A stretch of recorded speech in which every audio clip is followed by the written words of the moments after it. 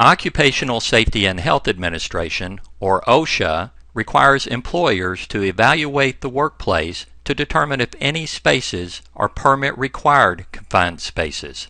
This is essentially a two-step process.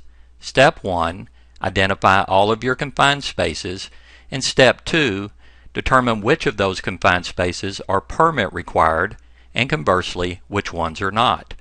The focus of this tutorial is on OSHA's definition of a confined space.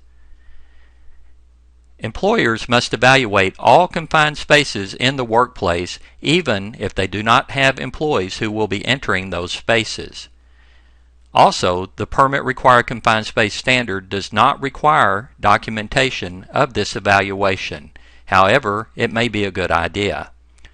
So what is OSHA's definition of a confined space? The OSHA definition of a confined space can be found at 1910-146 paragraph B, definitions. There you will see that confined spaces are characterized by three criteria. It is important to note that all three criteria must be in place for a space to be considered a confined space. Also, keep in mind that whether or not a hazard is present inside the space is not relevant at this point. You are only trying to identify confined spaces. The first criteria listed in OSHA's definition of a confined space is the space is large enough and so configured that an employee can bodily enter and perform assigned work. The operative term is bodily enter. This means that the employee can fit entirely inside the space. If the space is not large enough for the employee to fit entirely inside, then the space does not meet the definition of a confined space. This standard is only intended to apply to spaces large enough and configured so the entire body of an employee can enter. This is clarified in the preamble to the final rule. The second criteria in OSHA's definition of a confined space is the space has limited or restricted means for entry or exit. Contrary to popular belief, this does not mean that the space has only one way in or out. It means the entrance ability to escape in an emergency would be hindered. Further explanation of this term is provided by OSHA in the preamble to the final rule. And in the OSHA Confined Space Advisor, they further explain that a space would have a limited means of entry or exit where the occupant must crawl, climb, twist, be constrained in a narrow opening, follow a lengthy path, or otherwise exert unusual effort to enter or leave, or where the entrance may become sealed or secured against opening from inside. Examples of a limited or restricted means of entry or exit could include portholes, where the entrant must squeeze through to enter or exit, hatches of a size or location that require the entrant to climb or squeeze through, manhole openings that the entrant must pass through to get into or out of the space, and entryways where the worker must climb a ladder to enter or exit the space. Spiral stairways, which are difficult to climb or descend. Steep stairways, such as ship's ladders and other non-standard stairways. Tight crawl spaces, such as beneath equipment, under floors, between walls, and above some ceilings. And enclosed spaces where the worker must travel a long distance to get to the means of exit. The question often arises as to whether or not OSHA considers a standard-sized doorway to be a limited or restricted means of entry or exit. In the preamble to the Permit-Required Confined Space Standard, OSHA states that doorways and other portals through which a person can walk are not to be considered a limited means of entry or exit. However, a space containing such a door or portal may still be deemed a confined space if an entrant's ability to escape in an emergency would be hindered.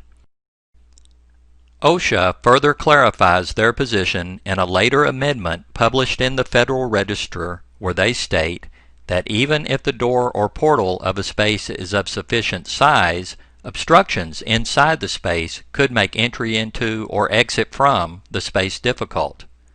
The agency intended that spaces which otherwise meet the definition of a confined space and which have obstructed entry or exits, even though the portal is a standard-sized doorway, be classified as confined spaces. The third and final criteria listed in OSHA's definition of a confined space is the space is not designed for continuous employee occupancy. For example, this particular utility vault has not been designed with any safeguards for entrance, so at a minimum, workers would have to utilize a portable blower, auxiliary lighting, and a portable gas detector before entering this space. On the other hand, this fully functioning submarine is designed for continuous employee occupancy, so it would not be considered a confined space. So in review, here is a recap of the three criteria listed in OSHA's definition of a confined space. Number 1, the space is large enough and so configured that an employee can bodily enter and perform assigned work, and number 2, the space has limited or restricted means for entry or exit, and number 3, the space is not designed for continuous employee occupancy. As a reminder, all three criteria must be present for the space to be considered a confined space. We will now look at some examples of confined spaces. However, you must keep in mind that while these are confined spaces, they may not be permit-required confined spaces. That will be determined at a later time using additional criteria. Tanks of many configurations are considered confined spaces, as are most silos and similarly constructed storage bins. Air handler units and associated equipment are often constructed of a size and configuration that make them a confined space, as would be any ductwork large enough to be bodily entered. Many smokestacks are confined spaces, as would be many chimneys. And escalator pits of a size large enough for the employee to bodily enter would also be considered confined spaces. Some mixers, such as this mobile concrete mixing drum, are confined spaces, as are many types of boilers. Large furnaces and associated equipment often qualify as confined spaces, as do tanks affixed to trailers or to rail cars.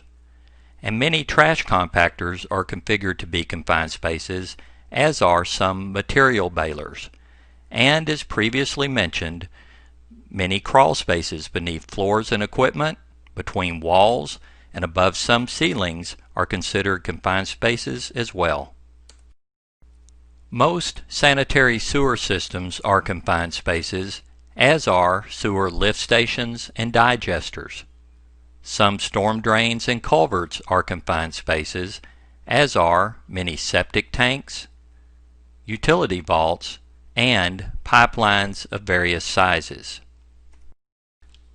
One commonly overlooked type of confined space is dock levelers of the variety that have a front cover that lifts to where a worker could crawl inside. And as previously mentioned, some utility tunnels could be considered confined spaces, as would be some attic spaces and open-top pits.